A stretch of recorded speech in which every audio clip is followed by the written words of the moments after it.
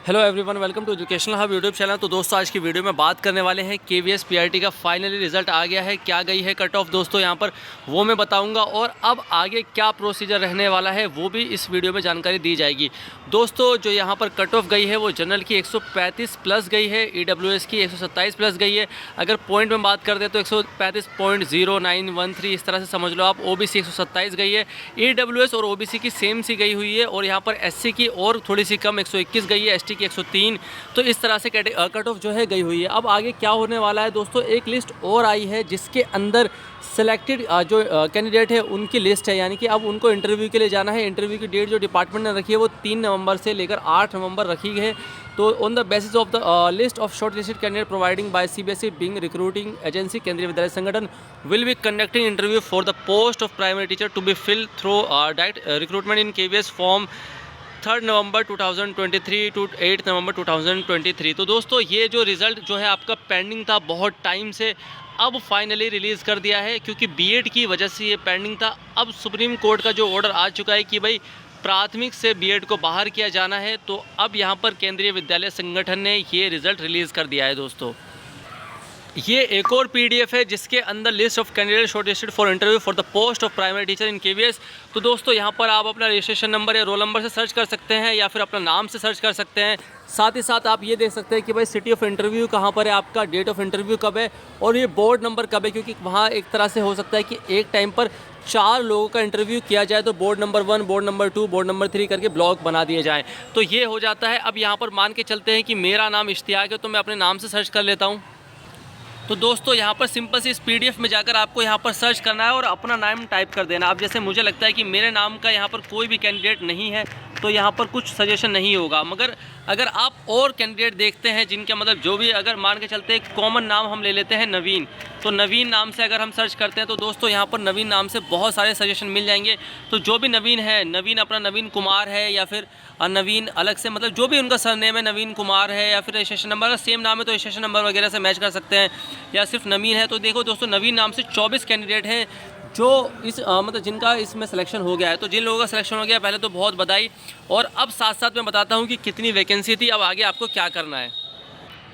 21 से लेकर 28 फरवरी तक जो भी आपका कंप्यूटर बेस्ड टेस्ट हुआ था उसके अंदर केवीएस वैकेंसी जो थी पीआरटी की, अगर हम बात करते हैं तो 6414 पोस्ट थी यहाँ पर।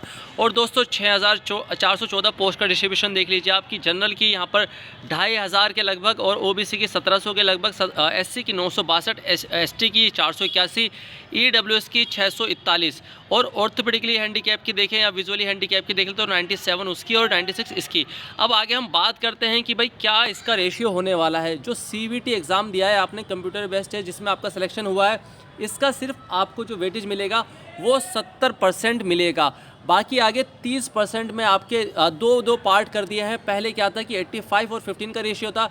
85% वेटेज मिलता था आपको आपके एग्ज़ाम में जो आपने नंबर हासिल किए हैं उसके, और 15% इंटरव्यू के। बट यहाँ पर थोड़े से बदलाव देखने को मिलेगा इस बार।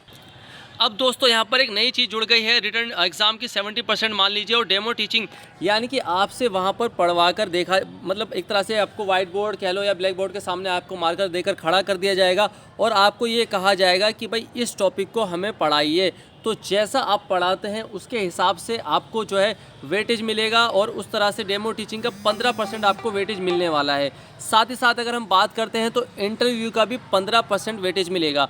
तो दोस्तों, जब आपका इंटरव्यू होगा तो उस टाइम पर इंटरव्यू में कुछ ऐसे सवाल पूछे जाते हैं जो आपके टॉपिक के होते हैं, बट क्योंकि आपने एनसीईआरटी की बुक सही से नहीं देखी होती है, बहुत टाइम हो गया होता है देखे हुए, तो थोड़ा सा भूल जाते हैं। तो इसलिए एनसीईआरटी की 1 से लेकर 5वीं तक की सारी किताबें कह लो, हिंदी इंग्लिश मैथ, क्योंकि प्राइमरी टीचर सभी सब्जेक्ट का टीचर बनता है, तो वो सब्जेक्ट आप देख लेना।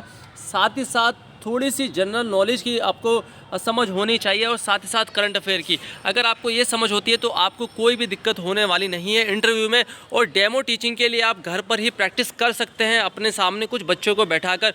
जो लोग ट्यूशन पढ़ाते हैं उनको शायद ज़्यादा दिक्कत ना आए, मगर जो लोग ट्यूशन नहीं पढ़ाते तो उनको बिल्कुल एक्सपीरियंस नहीं होता कि किस सब्जेक्ट को किस तरह से पढ़ा जाए। और एक चीज़ मैं आपको बता दूँ कि जब आप डेमो टीचिंग देंगे तो उसमें यूज़ करें मैक्सिमम रिसोर्सेज का। रिसोर्सेज किसको कहता हूँ मैं? Teaching learning material. अब यहाँ पर आपको ले जाने की अनुमति तो नहीं होगी, बट कोशिश करना कि अपने साथ कुछ ऐसे ऑब्जेक्ट अपने बैग में लेकर जाएं। जब आप इंटरव्यू के लिए जाएंगे, जिस भी जगह आपका वेन्यू है तो वहाँ जाते हैं तो कुछ अपने पास से ऑब्जेक्ट लेके जाना। अगर बाय चांस आपकी किस्मत अच्छी रहती है और वहाँ पर ये बात आ जाती है कि भाई आप जो है फ्रूट्स नेम पढ़ाइए और आप पे फ्रूट्स के कुछ ऑब्जेक्ट है, तो कह सकते हैं कि सर क्या मैं इसका यूज़ कर सकता हूँ, तो वो अलाउ कर देंगे। जब आपको अलाउ करेंगे तो आप उसका जितना मैक्सिमम यूज़ कर सकते हैं यूज़ करके इफ़ेक्टिव टीचिंग देना। इफ़ेक्टिव टीचिंग से ये होता है कि भाई सामने वाले पे एक इम्पैक्ट पड़ता है कि भाई हाँ, जो फ्यूचर में टीचर बनने वाला है उसके अंदर वो एबिलिटी है, तो उस हिसाब से जो है आपको अच्छे मार्क्स मिल जाते हैं। दोस्तों, इसमें जिसका नाम आया है ये कंफर्म नहीं है कि उनका सिलेक्शन हो गया है। अब यहाँ पर डेमो टीचिंग और इंटरव्यू के बाद ही फाइनल होगा कि भाई किनका सिलेक्शन हुआ है। दोस्तों, ये सिलेक्टेड जो कैंडिडेट है उनकी जो पीडीएफ है ये मैं आपको लिंक दे दूंगा, डिस्क्रिप्शन में इसका लिंक मिल जाएगा और कमेंट बॉक्स में भी लिंक मिल जाएगा।